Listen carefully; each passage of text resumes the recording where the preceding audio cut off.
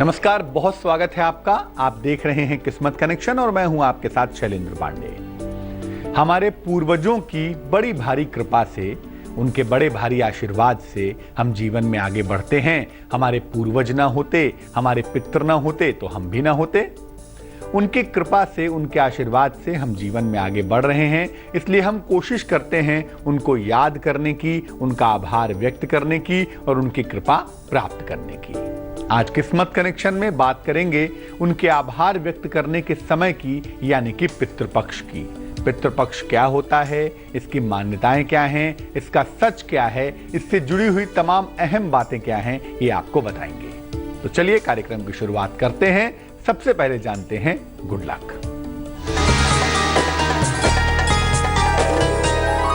घर के पूजा स्थान को हमेशा साफ सुथरा रखना चाहिए। हमेशा साफ सुथरा रखें।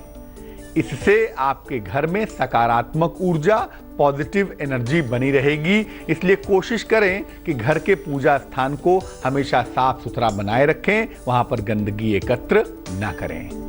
सबसे पहले समझते हैं कि आखिर पितृ होते कौन हैं और पितृपक्ष क्या होता है। हमारे परिवार के जिन पूर्वजों का देहांत हो चुका होता है, उन्हें हम पितृ मानते हैं, उन्हें हम पितृ कहते हैं। जब किसी व्यक्ति की मृत्यु के बाद उसका जन्म नहीं हो जाता, वो सूक्ष्म लोक में रहता है। किसी व्यक्ति का देहांत हुआ, उसका जन्म हो गया, कहानी खत्म हो गई। लेकिन अगर किसी व्यक्ति की मृत्यु हुई और जन्म नहीं हुआ, तो बीच के समय में, बीच की अवस्था में वो जिस स्थान पे रहता है, तकनीकी रूप से उस स्थान को सूक्ष्म लोक कहते हैं। ऐसा मानते हैं कि हमारे ऐसे पितरों का आशीर्वाद सूक्ष्म लोक से परिवारजनों को मिलता रहता है, हमें भी मिलता रहता है। पितृपक्ष में पितृ धरती पर आकर अपने लोगों पर ध्यान देते हैं और आशीर्वाद देकर उनकी समस्याएं दूर करते हैं। या यूं कह लें कि जो हमारे पूर्वज हैं, उनकी आत्माएं सूक्ष्म लोक से धरती पर आती हैं, देखती हैं, जो तकलीफें हैं, जो समस्याएं हैं उनके परिवारजनों की, उसको दूर करने का आशीर्वाद देती हैं, उसको दूर करने का काम करती हैं। पितृपक्ष में हम लोग अपने पितरों को याद करते हैं और उनकी याद में दान धर्म का पालन करते हैं, दान देते हैं, दूसरों की सहायता करते हैं, उस धर्म का पालन करते हैं। इस बार पितृपक्ष का ये अवसर 16 सितंबर से 30 सितंबर तक रहेगा। 16 तारीख से 30 सितंबर तक पितृपक्ष का ये सुंदर अवसर बना रहेगा, जिसमें पूर्वजों की, पितरों की कृपा हमें मिलती रहेगी। चर्चा को आगे बढ़ाएंगे, लेकिन फिलहाल जान लेते हैं मेष, वृष और मिथुन राशि का राशिफल।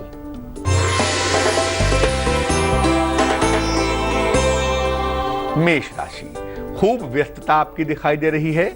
नौकरी में परिवर्तन और प्रमोशन दोनों के योग बने हुए हैं। धन भी आपको आसानी से प्राप्त होता हुआ दिखाई देगा। शुभ रंग नीला है और भाग्य है 70%।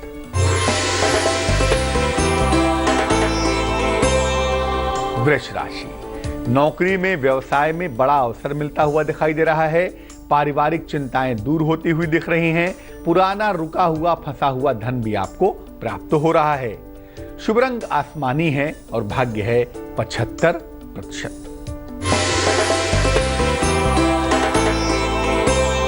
मिथुन राशि, स्वास्थ्य आपका लगातार बेहतर होता जा रहा है। नौकरी में सुधार हो रहा है। घर में प्रसन्नता का माहौल बना हुआ है। शुभ रंग जिसका प्रयोग करेंगे वो होगा सुनहरा और भाग्य होगा 76%। अब ये जानते हैं कि पितृपक्ष में किस तरह के कार्य करते हैं और किस तरह की प्रक्रियाओं का पालन करते हैं। पितृपक्ष में हम अपने पितरों को नियमित रूप से जल अर्पित करते हैं। ये जल दक्षिण दिशा की तरफ मुंह करके दोपहर के समय दिया जाता है। जल में थोड़ा सा काला तिल मिलाते हैं और हाथ में कुश घास लेकर तब अपने पूर्वजों को, तब अपने पितरों को जल देते हैं। जिस दिन पूर्वज के देहांत की तिथि होती है, उसी दिन अन्न और वस्त्र का दान भी करते हैं। और जिस दिन पूर्वजों के देहांत की तिथि को मनाते हैं, उसी दिन किसी निर्धन को भोजन भी कराते हैं। इसके बाद पितृपक्ष के जो कार्य हैं वो समाप्त हो जाते हैं। यानी जब तक पितरों के देहांत की तिथि ना आ जाए तब तक हम नियमित रूप से उन्हें जल देते हैं, और जिस दिन उनके देहांत की तिथि है उस दिन निर्धनों को भोजन कराते हैं, अन्न वस्त्र आदि का दान करते हैं, और तब जाकर पितृपक्ष के जो हमारे कार्य हैं वो समाप्त हो जाते हैं। चर्चा को आगे बढ़ाते रहेंगे, लेकिन फिलहाल जान लेते हैं कर्क, सिंह और कन्या राशि वालों का वक्त कैसा चल रहा है।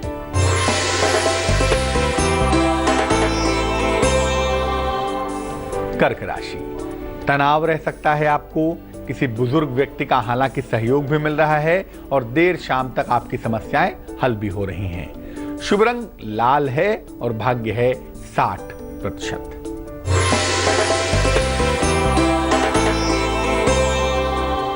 सिंह राशि, पारिवारिक समस्याएं आपकी हल होती जाएंगी, नई संपत्ति का क्रय कर सकते हैं आप, रोजगार के मामले में भी आपको लाभ होता हुआ दिखाई देगा। शुभ रंग क्रीम होगा और भाग्य होगा 71%।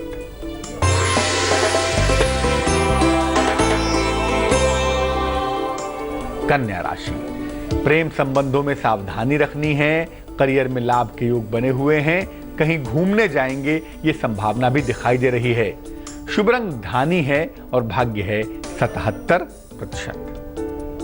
पितृपक्ष में पितरों को कौन जल दे सकता है, कौन उनका श्राद्ध कर सकता है, ये आपको बताएंगे, लेकिन फिलहाल आपका सवाल। हमें सवाल लिखा है बुद्धदेव घोष ने, वेस्ट बंगाल से लिखते हैं। जन्म की तारीख है 16 मार्च 1989, जन्म का समय है 1:52 AM रात्रि में, जन्म स्थान है इनका बांकुड़ा, वेस्ट बंगाल। लिख रहे हैं कि नौकरी के लिए लगातार कोशिश कर रहे हैं, नौकरी कब मिल पाएगी, घर की आर्थिक स्थिति बहुत खराब है, उसमें सुधार कब से हो पाएगा, ये तमाम बातें जानना चाहते हैं। सबसे पहले बता दूं आपको बुद्धदेव जी कि आपकी कुंडली में राजकीय सेवा का योग बहुत प्रबल है, और बहुत प्रबलता से अगले साल दिख रहा है। अगले साल अगस्त के बाद, 2017 में अगस्त के बाद से आपको गवर्नमेंट जॉब मिलने की, राजकीय सेवा में जाने की संभावना काफी प्रबल है, और इसमें आपको सफलता मिलती हुई दिखाई देगी। पहली बात।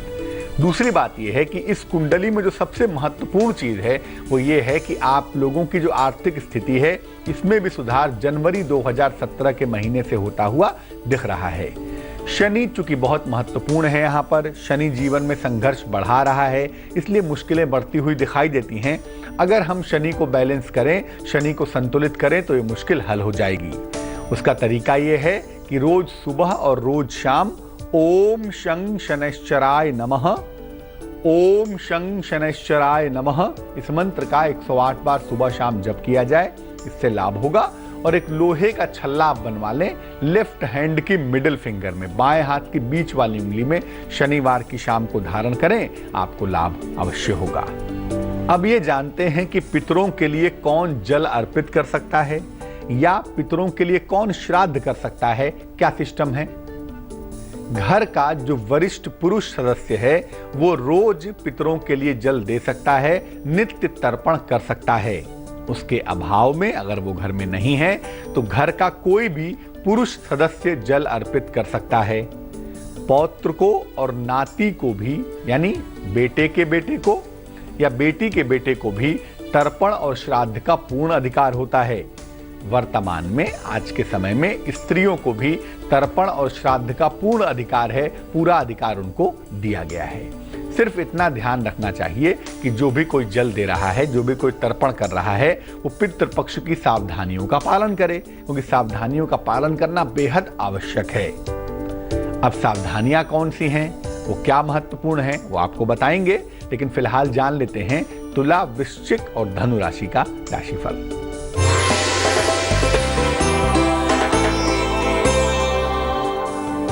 तुला राशि, घर के तमाम दायित्वों को निभाना पड़ेगा।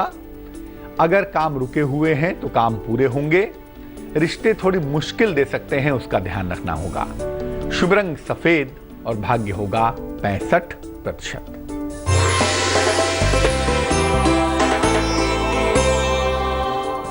वृश्चिक राशि, परिवार में वाद विवाद हो सकता है, नौकरी में तनाव की नौबत आ सकती है। दही खाकर घर से निकलें तो बहुत सुंदर होगा। शुभ रंग गुलाबी और भाग्य होगा 55%।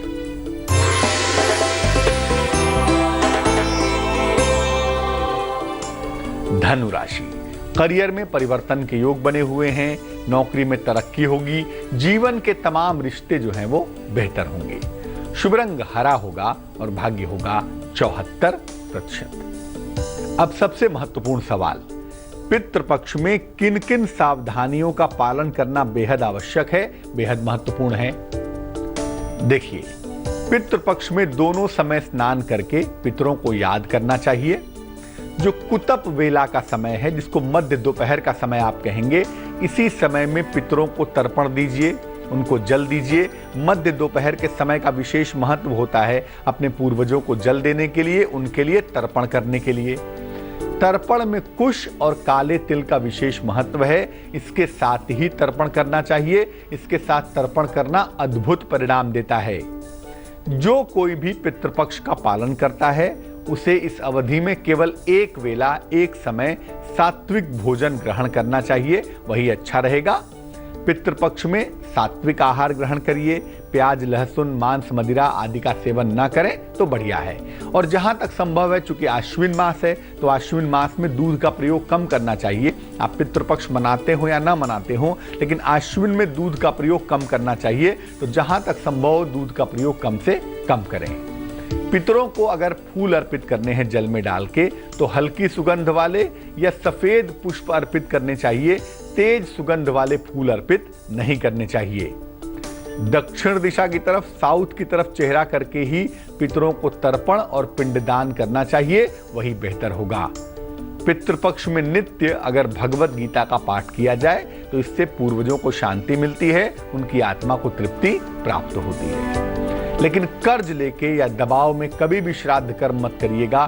किसी भी धर्मशास्त्र में ऐसा कहीं नहीं लिखा है कि आप कर्ज लेके दबाव में, प्रेशर में आके श्राद्ध करेंगे, बल्कि श्राद्ध का मतलब श्रद्धा से जुड़ा हुआ है। जितनी श्रद्धा, जितना भाव और जितना सामर्थ्य होगा, उतने ही ज्यादा बेहतर परिणाम आपको प्राप्त होंगे। जान लेते हैं क्या है मकर, कुंभ और मीन राशि का राशिफल।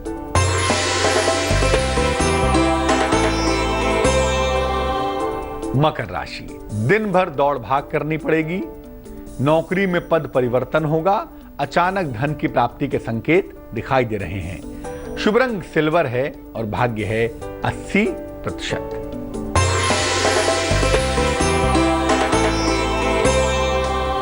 कुंभ राशि, कोई पुरानी इच्छा पूरी होती हुई दिखाई दे रही है।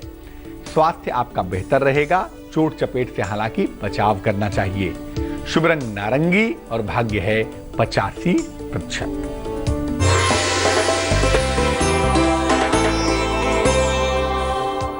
मीन राशि, कोई महत्वपूर्ण मौका हाथ से छूट सकता है, काफी तनाव और दबाव दिखाई दे रहा है। इलायची खाकर अगर घर से निकलेंगे तो मुश्किल से बचे रहेंगे। शुभ रंग आपका होगा पीला और भाग्य होगा 68%। तो हमने ये जाना कि पितृपक्ष की महिमा क्या होती है, पितृ क्या होते हैं, पूजा विधान क्या है, पूजा का प्रावधान क्या है। तो पितृपक्ष की अच्छे से तैयारी करें और पूर्वजों का आशीर्वाद प्राप्त कर लें। अब जान लेते हैं क्या है आज की सलाह।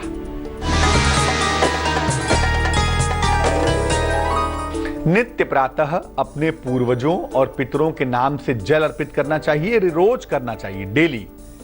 किसी ज्योति को देख के, प्रकाश को देख के या ज्योति का ध्यान करके, प्रकाश का ध्यान करके अपने पूर्वजों को अगर आप रोज जल अर्पित करें तो सबसे ज्यादा सर्वोत्तम होगा। इससे आपको उनकी कृपा आसानी से मिल पाएगी। तो आज के लिए किस्मत कनेक्शन में बस इतना ही।